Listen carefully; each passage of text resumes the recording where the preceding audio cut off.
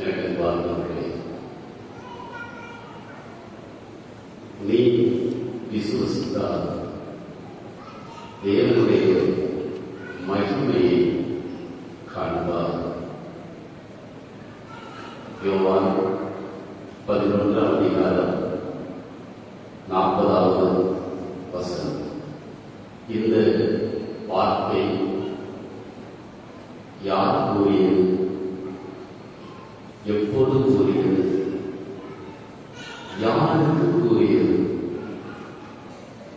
என்பதை அலசி பார்த்தால்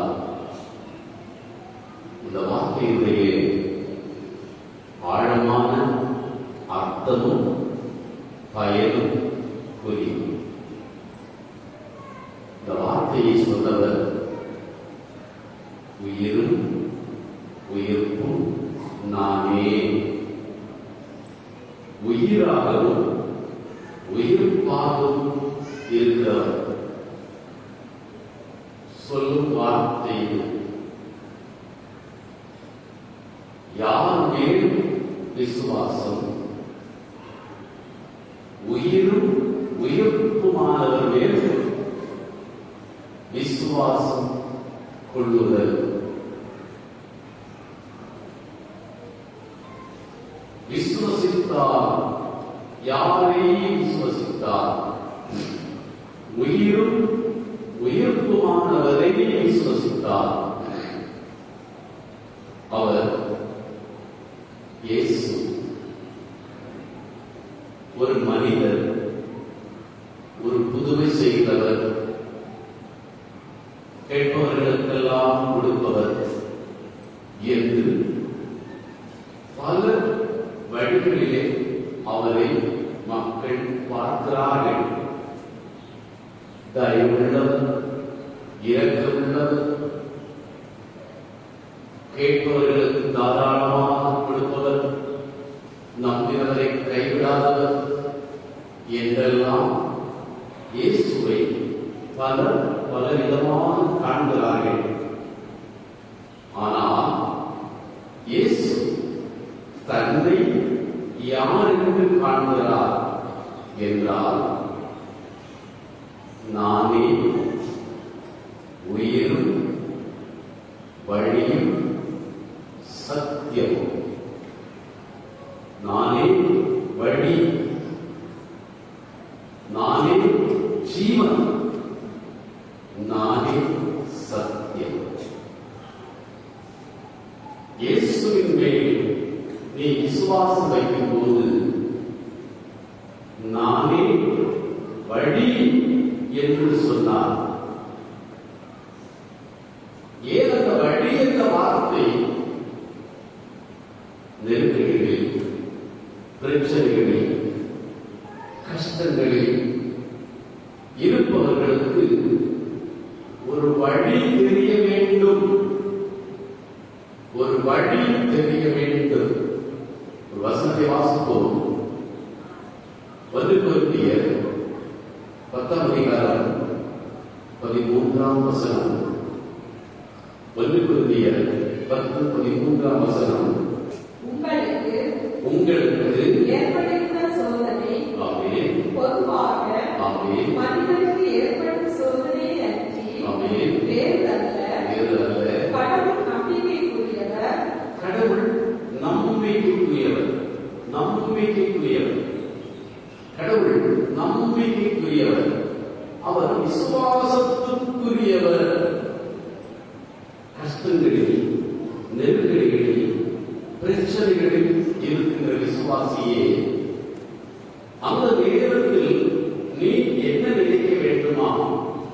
கடவுள் விசுவசிப்பதற்கு உரியவர், அவர் விசுவசிப்பதற்கு உரிய ஆள்.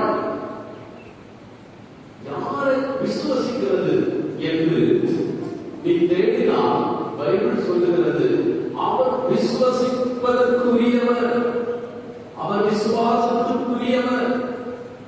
நீ அவரை தாராளமாக விசுவசிக்கலாம். தொடர்ந்து அவர் உங்களுடைய வலிமைக்கு மேல், உங்களுடைய வலிமைக்கு மேல் நீங்கள் சோதனைக்கு உள்ளாக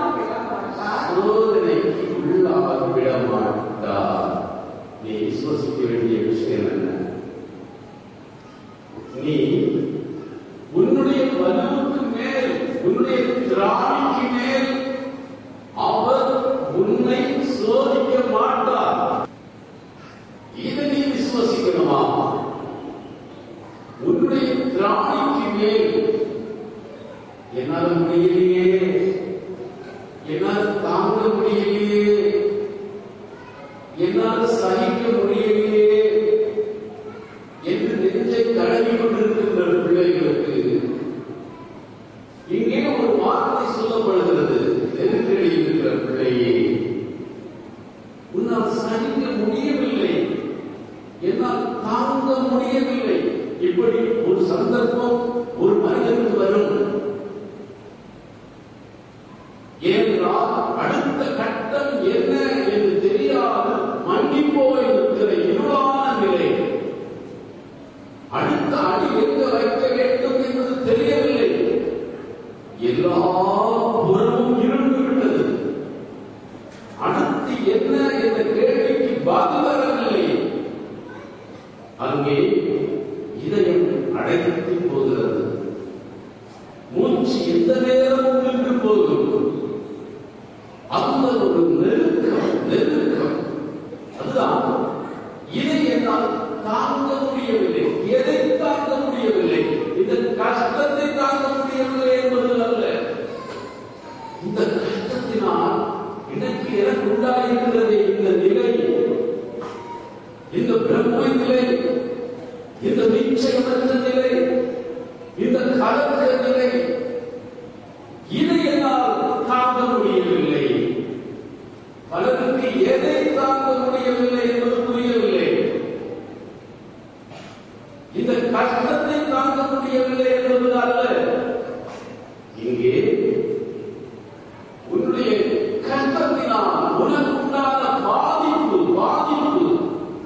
அதை உன்னால் தாங்க முடியவில்லை. எனவே நீ சொல்கிறாய், என்னால் தாங்க முடியவில்லை. கஷ்டம் ஒரு சின்ன கஷ்டமாகத்தான் இருக்கும், அது ஒரு போவழியில் இருக்கும். ஆனால் அது உனக்கு ஏற்படுத்திய அந்த நிலை இருக்கிறதே, அதை உன்னால் தாங்க முடியவில்லை. இன்னொருவர் இதே கஷ்டத்தை தாங்கியிருப்பார். உன்னால் அதை தாங்க முடியவில்லை. இந்த நிலையை பார்த்து பைபிள் சொல்லுகிறது, உன்னால் தாங்க முடியாத சோதனையை அவர் உனக்கு தர மாட்டார். நீ எதற்கே விசுவாசம் வைக்க வேண்டும். இங்கே பைபிள் உனக்கு ஒரு வேதனை வேளையிலே, ஒரு கஷ்ட வேளையிலே உனக்கு பக்கபலமாக ஒரு வசனத்தை தருகிறது. உன்னால் தாங்க முடியாத சோதனையை அவர் தர மாட்டார். ஏனென்றால் இந்த சோதனையை தந்தவர் விசுவசிப்பதற்குரியவர். வார்த்தை சொல்லித்தான் இப்படி தொடர்ந்து பைபிள் பேசுகிறது. தொடர்ந்து வாசிப்போம். கடவுள் நம்பிக்கைக்குரியவர்.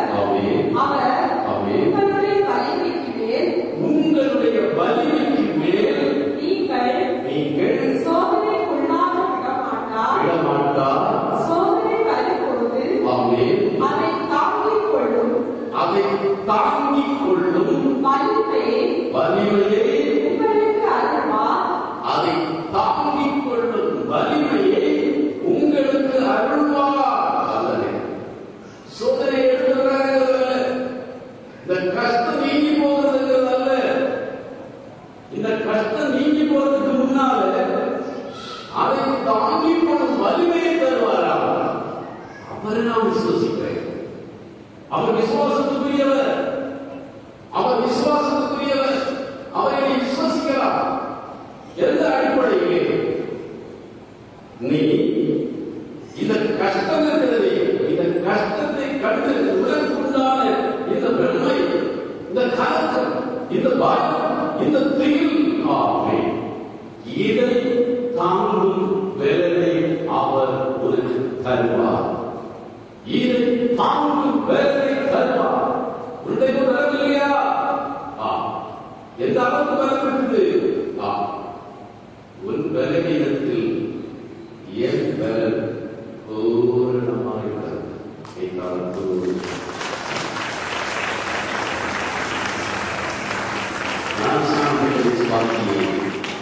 உங்களுடைய வாழ்க்கை எப்போதும் மகிழ்ச்சியாக இருக்கு. என் அப்பன் என்னை முன்னோடு சொல்லுகிறார், உன்னால் தாங்க முடியல என்று நீ நினைக்கிறாயே, அது ஒரு பிரமை, அது நிஜமல்ல. என்றால் இங்கே அப்பா சொல்கிறார், உன்னால் தாங்க முடியாத சோதனையை, உன் திராணிக்கு மேல் ஒரு சோதனையை, உன் பலத்துக்கு மேல் ஒரு சோதனை அவர் உனக்கு தரமாட்டார்.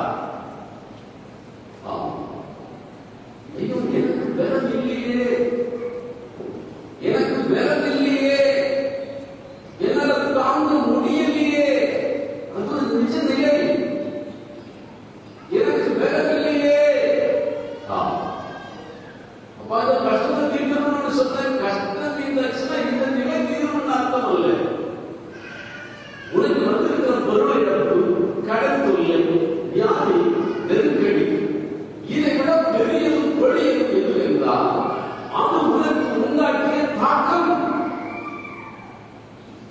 இந்த கஷ்டம் போயிடும், ஆனால் இந்த தாக்கம் எனக்கு நீங்காது. அதுதான் கொடியது. அங்கே அது தீர வேண்டும். கஷ்டம் வந்து போதும். ஒரே கடைசியில் 2 பேருக்கு ஒரே நேரத்தில் ஒரே இடத்தில் இருந்தால் அதை எடுத்துக் கொள்கின்ற வேலை என்பது ஒவ்வொருவருக்கும் ஒவ்வொரு விதமாக இருக்கிறது. காரணம், ஒருவரை தாக்குகிற விதம் வேறு, மற்றொருவரை அதை தாக்குகிற விதம் இன்னொன்று. இங்கே பைபிள் என்ன சொல்லுகிறது? உன்னால் தாங்க முடியாத, தாங்க முடியாத உன் வலுவுக்கு மேல், உன் பலத்துக்கு மேல் அவர் தர மாட்டார். ஆனால் தந்திருக்காரே, செய்ய முடியலையே. இந்த நேரத்தில் தான் என் ஆண்டவர் அவருக்கு சொன்னார். 2 Corinthians 12 அதிகாரம் 9 வசனம் வசனமா? 2 Corinthians. ஆனால் அவர் என்னிடம், ஆமென், என் அன்பு உனக்கு போதும், என் கிருபை உனக்கு போதும், வலுவின்மை இருந்தால், வலுவின்மையில் என்னால் தாங்க முடியலையே, எனக்கு பலம் இல்லையே, எனக்கு தாங்கும் பலம் இல்லையே என்று நீ கதறும் நேரம், இந்த முழுக்கு முன்னால் என்னால் நிற்க முடியவில்லையே, உனக்கு பலம் இல்லை என்று நீ நினைக்கும் நேரம், உன் பலம் இன்மையில் வல்லமை நிறைவாய் வெளிப்படும் என்றார். நிறைவாக வெளிப்படும் என்றார். உன் பலவீனத்தில் என் பலன் உன்னோடு இருக்கிறையா? இதை நீ விசுவசிக்கணும். எனக்கு பலனை தாழ்ந்தாவே, எனக்கு பலனை தாழும், எனக்கு பலன் தருகிறவர் என்னோடு இருக்கிறார். இப்பொழுது பார்வை எங்கே போகிறது? அவருடைய வசனத்துடைய தன்மை தான். இந்த கடன் தொல்லையை விட்டு உன்னுடைய கவனம் பலவானான கர்த்தருடைய பக்கத்தில் போகிறது. இந்த நெருக்கடியை விட்டுவிட்டு உன்னுடைய கவனம் எங்கே போகிறது? கைகாலம் தான் திரும்புகிறது. உன்னுடைய கவனத்தை திரும்புகிறது. உனக்கு நெருக்கடி வரும்போது அந்த நெருக்கடியை அதை பார்க்க வேண்டியது. நீ பார்க்க வேண்டிய விசுவாசியே, இதோ பலவான் ஒருவர் இருக்கிறார், பலவான் ஒருவர் இருக்கிறார். அவன் என்னை விட பலவான், என்னை விட பலசாலி. நான் ஒரு சின்ன பையன், நான் ஒரு சின்ன பையன், ஆண்மைக்கு ஒரு சின்ன பையன். எனக்கு முன்னாலே இருக்கிறதோ ஒரு பெரிய கோலியாத்து. ஆனால் இந்த கோலியாத்து முன்னால் இருக்கிறதா எனக்கு உண்டாகக்கூடிய கலக்கம் இருக்கிறது. என்னுடைய அண்ணன்மார், என்னுடைய ராஜா, படை பட்டாளம் எல்லாமே காலங்கி தெரிவித்திருக்கிறதே. அந்த திகில் தாங்க முடியாதது. அந்த திகில் எனக்கு வரும்போது அவர்களுக்கும் இருக்கிறது, எனக்கும் இருக்கிறது. ஆனால் நான் இப்போது எதை பார்க்கிறேன்? எனக்கு பலம் கொடுக்கின்ற ஒருவர் இருக்கிறார். இந்த கோரியாவுடைய பலத்தை போல 14,000 மடங்கு பலம் உள்ளவர். அவர் என்னோடு இருக்கிறார். கவனம் ஏற்பட்டு விசுவாசியாக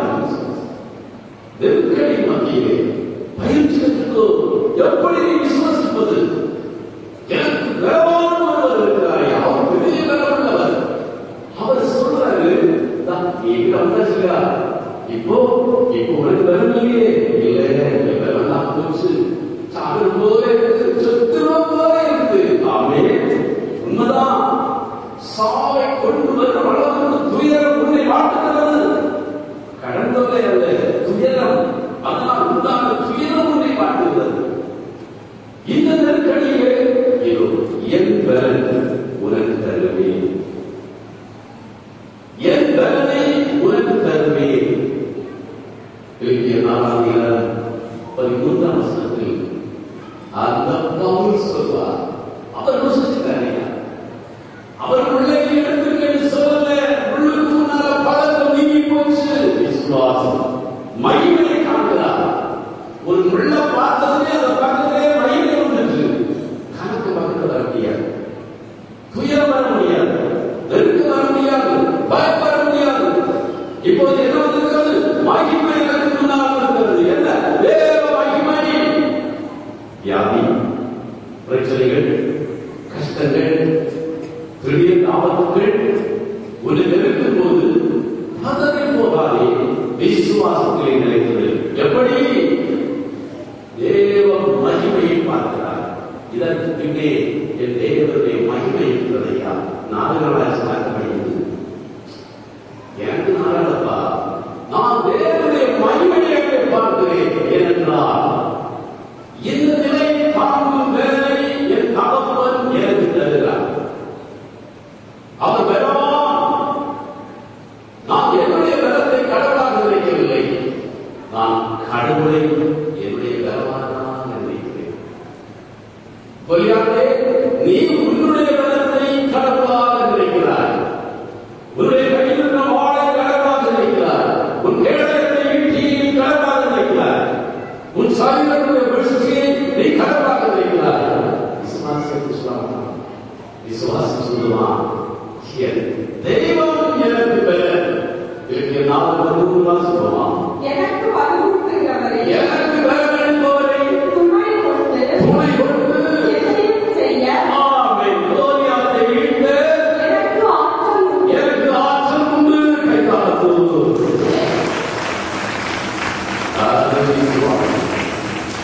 அந்த விசுவாசம் இருக்கிறது.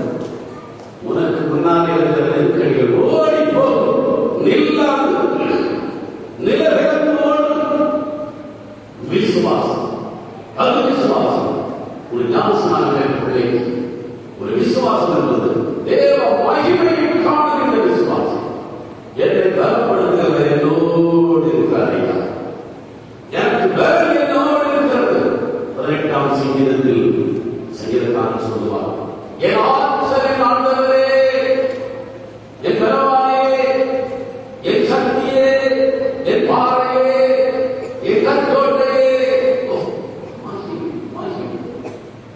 எனக்கும் அவருக்கு மகிமையாக இருக்கிறதப்பா. ஒன்றும் தெரியவில்லை. அதை துயரத்தையும் நெருக்கடியையும் சந்திக்கின்ற சக்தி இதாக முன்னால் இருக்கிறது.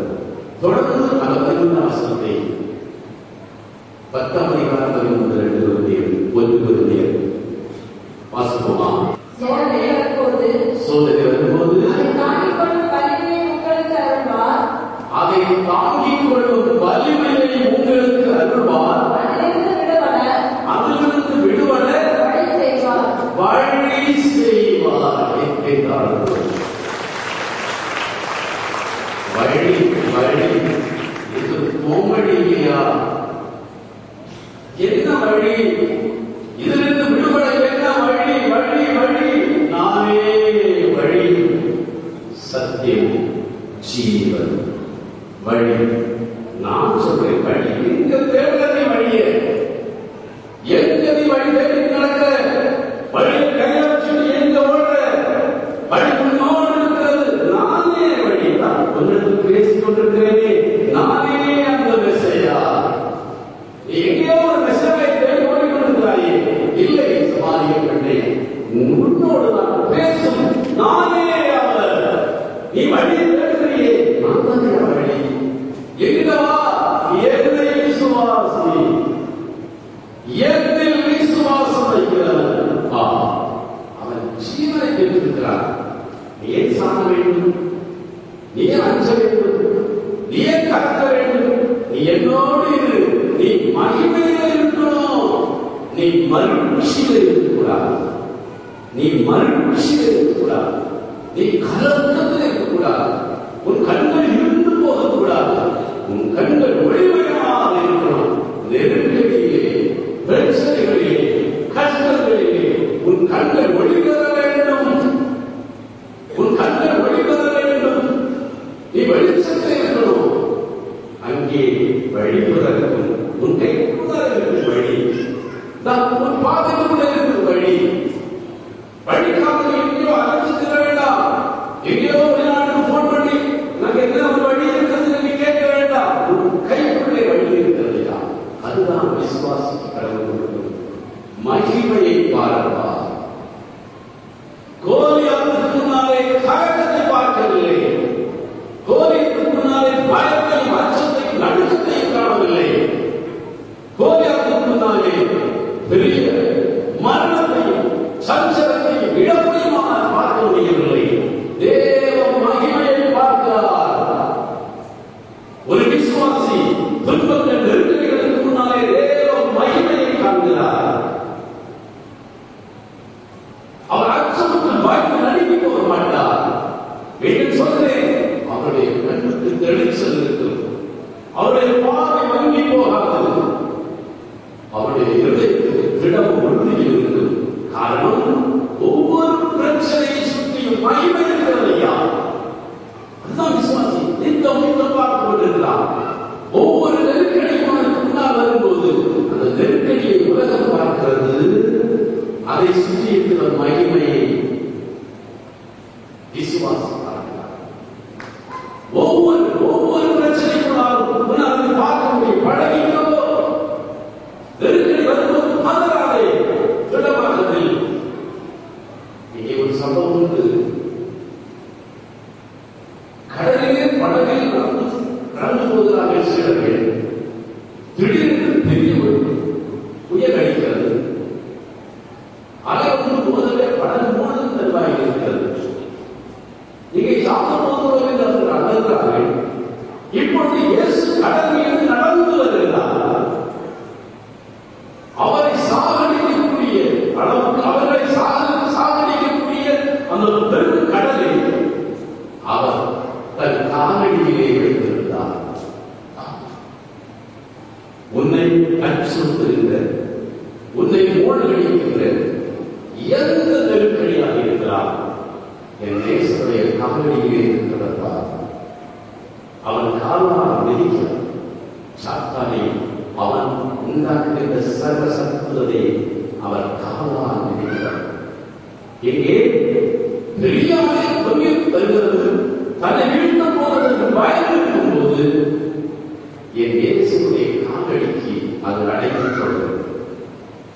வெறும் காண்கிறார்.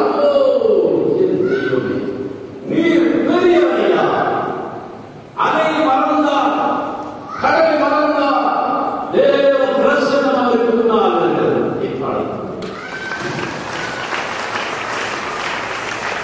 அந்த மகிமையை, தேவனுடைய மகிமையை பார்த்தவர் கடலை அவரை போலவே காலடிக்கு உள்படுத்தினார். காலடிக்கு உள்படுத்தினார்.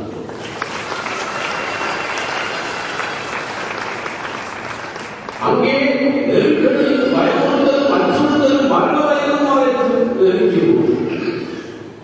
அவர் தேவனுடைய மகிமையை கண்டார். என் தேவன் இதையும் வெல்ல வல்லவர், இந்த கோரியாக்கையை மீட்க வல்லவர். ஏனென்றால் அவர் சேனைகளின் தேவன், அவர் சேனைகளின் தேவன். ஒரு விசுவாசி தன்னுடைய இதயங்களை தரித்திருக்க வேண்டிய உணர்வுகள் வை. நான் யாரை நம்பி இருக்கிறேன் என்பது எனக்கு தெரியும். நீ யாரை விசுவாசிக்கிறேன் சொல்லியா? நீ விசுவாசிக்கிறியா? நீ உண்மையை விசுவாசித்தால் யாரை விசுவாசிக்கிறாய்? நீ யாரை விசுவாசிக்கிறாய்? சேனைகளின் தேவனே அப்பா, சகல சத்துருக்களையும் செயல்படுத்த பராக்கிரம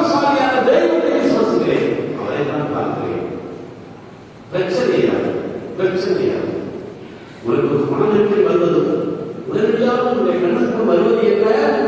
ஓ, பேங்கில் இருக்கக்கூடிய 1 கோடி ரூபாய் உனக்கு முன்னாக இருக்கிறது. கடன் முன்னே ஒன்றும் செய்யாது. உனக்கு கண்ணுக்கு முன்னாக என்ன இருக்குது? ஓ, 10 ஏக்கர் சொத்து. எங்கே உனக்கு வந்திருக்கிறது? ஒரு 5 லட்சம் ரூபாய் கடன். ஆனால் உனக்கு முன்னாலே 10 ஏக்கர் சொத்து வரும்போது இந்த கடன்களை ஒன்றும் செய்யவில்லை, விடவில்லை, மகிமையை பார்க்க முடியும். ஆனால் இந்த 10 ஏக்கர் சொத்துனால் ஒரு 5 லட்சத்தை காணும்போது, ஓ, 5 கோடியாக அவரை அழித்துக் கொண்டிருக்கிறதுப்பா. இங்கே மகிமை முன்னால் வருகிறது. கோலியாத்தை பார்க்கிறார், சேவைகள் தேவனை பார்க்கிறார். அதுதான் விசுவாசம். அதுதான் விசுவாசம். தப்பும் வழி காட்டுகிறவர் என்னோடு இருக்கிறார். தாங்கும் வேலைப்படுகிறவர் என்னோடு இருக்கிறார். இதுதான் ஒரு விசுவாசத்தை தாரணையாக இருக்க வேண்டும். அவர் கண்ணுமே வருவது அன்பாக இருக்க வேண்டும். அதுதான் அந்த விசுவாசத்தை உறுதிப்படுத்துகிறது. எங்கே பவுல் சொல்வாரே, ஓ, நெருக்கடியா வரட்டும் என்று சொல்வார், கஷ்டங்களா வரட்டும் என்று சொல்வார். எந்த நெருக்கடி வந்தாலும் என்னை ஒன்றும் செய்யாது. ஏனென்றால் நான் என் பலவீனத்தில் என் தெய்வத்தின் பலனை காண்கிறேன். என் பலவீனத்தில் என் தெய்வத்துடைய பலனை காண்கிறேன். மகிமையை என்றாலும் நீ விசுவசித்தால் தேவனுடைய மகிமையை காண்பாய். லாசருடைய மரணம் என்பது அல்ல, அவன் இருப்பான். அவன் இருக்கிறதே காரியம் அல்ல. சிவன் அனுப்பி போனால் அவன் இருந்து விட்டான். ஆனால் அதுதான் முக்கியம். அங்கே நீ தேவனுடைய மகிமையை பார்க்கணும். நீ விசுவசிக்கும் போது தேவனுடைய மகிமை முன்னால் இருக்கும்.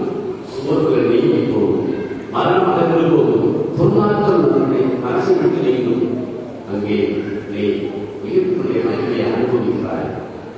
கருமையானே கடன் தீர்வதிலும் நோய் தீர்வதிலும் பிரச்சனைகள் தீர்வதிலும் அல்ல உன்னுடைய மொழி, உன்னுடைய கவனம் எங்கே இருக்க வேண்டும்? இங்கே தேவனுடைய மகிமை எனக்கு முன்னால் இருக்கிறது. என் தேவனுடைய பராக்கிரமம் எனக்கு முன்னால் இருக்கிறது. என் தேவனுடைய பலம் எனக்கு முன்னால் இருக்கிறது. எனக்காக யுத்தம் செய்யும் கர்த்தர் என்னோடு இருக்கிறார்.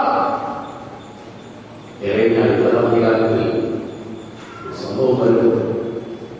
எரேமியா கோயிலில் பிரசங்கம் பண்ணுகிறார். அவர் தேவனுடைய சத்தியங்களை என்று சொல்லிக் கொண்டே இருக்கிறார். உங்களுடைய வழிகள் சரியல்ல, உங்களுடைய வழிகள் சரியல்ல, நீங்கள் சென்ற வழிகள் தவறான வழிகள், திருச்சட்டத்தை நீங்கள் மீறுகிறீர்கள், உடன்படிக்கையை மீறுகிறீர்கள் என்று பேசியதும் எனக்கு தான் சொல்லப்பட்டதோ என்று எரேமியாவை ஒவ்வொருவரும் வெற்றிபூர்வமாக இருக்கிறார்கள். நீ எங்களை குத்தி பேசுகிறாய், எங்கள் குடும்பம் பேசுகிறாய், எங்கள் வேலை பற்றி பேசுகிறாய் என்று சொல்லி அவர்கள் சினம் கொண்டார்கள். அவரை எப்படி கொல்லலாம் என்று திட்டமிட்டார்கள். எங்கே திட்டமிட்டவர்கள் எல்லாம் கோயிலே இருந்து எரேமியாவை கொல்வதற்கு ரெடியாகிறார்கள். இப்ப வெளியே ஓடலாம் என்று சொன்னால் வெளியே இவரும் மக்கள் தயாராக இருக்கிறார்கள். அவர் வெளியே வரட்டும், அதை கொண்டு ஓட வேண்டும் என்று சொல்லுவோம். கோயிலுக்கு உள்ளே அவருக்கு பாதுகாப்பு இல்லை, கோயிலுக்கு வெளியே பாதுகாப்பு இல்லை. இந்த நேரத்தில் அவர் கடவுளை பார்த்தார். நீங்க சொல்றதுதானேப்பா நான் சொல்றேன், நீங்க எனக்கு சொல்றதுதானப்பா நான் சொல்லிட்டு இருக்கிறேன். நான் அதை சொல்லாட்டா நீங்க என்ன பண்ண மாட்டீங்க? என் இருதயத்தை நெருப்பாக சொல்றீங்கப்பா. நீங்க சொல்றதை நான் சொல்லாட்டா நீங்க என் இருதயத்தை நெருப்பாக சொல்லிட்டு இருக்கீங்க. சொன்னாலும் இங்கே ஒரு கூட்ட மக்கள் என்னை கொல்ல காத்திருக்கிறார்கள். நான் என்ன செய்வேன்? ஆனாலும் தகவலே நான் உங்களுடைய வார்த்தைகளை பேசுவேன். ஏன் தெரியுமா? என் தெய்வம் தேர்ச்சிக்க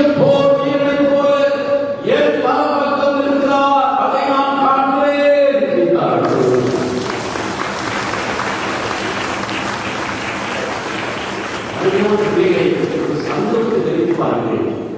இது விசுவாசம். இது விசுவாசம். உங்க வயதுக்கு தூங்குறதல்ல. ஐயோ இன்னும் வரப்போது சொல்லி கேட்கிறதல்ல. அது ஒரு விசுவாசி அல்ல. ஒரு விசுவாசி அல்ல. பரிசுத்தவான் கலந்து வர மாட்டான். ஸ்நேகமுள்ளவன் பயப்பட மாட்டான். கலந்து வர மாட்டான். சாட்சாத் அவரை சந்தித்தால் ஆசை மாட்டான். ஆனால் பாவியோ யாரும் பொருட்காமலே ஓடிக்கொண்டே இருப்பானா. ஓடிக்கொண்டே இருப்பான். ஒரு விசுவாசியோ அவன் திறத்தோடு இருக்கிறான். கலக்கவில்லை. என்ன செய்ய யாரை பக்கத்தில் இருக்கிறார்? தேர்ச்சிக்க போகிறேன் போல என்றாய் தெய்வத்தை பக்கத்தில் இருப்பதை பார்க்கிறேன். அஞ்சல் என்ன செய்ய முடியும்? தெய்வம் செயல்பட்டார். தெய்வம் செயல்பட்டார். கோயிலுக்குள்ளேயே அவரை பாதுகாப்பு கொடுத்து அங்கே அவரை பத்திரப்படுத்தி அழைத்து வைக்க அங்கே உத்தரவு வருகிறது. வெளியிலிருந்தும் அவர் மீட்கப்பட்டார். உள்ளிருந்து மீட்கப்பட்டார். பிள்ளைகளே, இது ஒரு விசுவாசத்தை வாழ்க்கையை பார்க்க வேண்டியது. தாவீதோ கோலியாத்துக்கு முன்னே தேவனை கண்டார். மகிமை அங்கே அவருக்கு முன்னால் இருந்தது. இங்கே தாவீதோ கண்ட அதே காரியத்தை எரேமியா தன்னுடைய வாழ்க்கையை கண்டார். தேவன் செய்ய போகிறேனாக என்னை முடிவெடுக்கிறார். உன் நெருக்கடியில் உன்னை சூழ்ந்து வரும்போது, உன் கஷ்டங்கள் உன்னை தொடர்ந்து வரும்போது விசுவாசியே என்னுடைய மகிமையை பார். மீட்சியை அல்ல, மகிமையை பார்க்க வேண்டும். மருந்து போவதல்ல, மகிமையோடு இருக்க வேண்டும். காரணம் உன்னை பலப்படுத்துவதோடு இருக்கிறார். உன்னை பலப்படுத்துவது உன் பக்கத்தில் இருந்து உன் சகாயமாக இருக்கிறார்.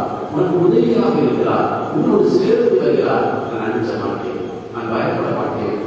உன் சவத்திற்கு உன் பிரச்சனைகளுக்கு திரும்புக்கான காரணமாகும் போது என்ன உறுதியானல் என்ன திறந்தோடு முன் இளங்களைப்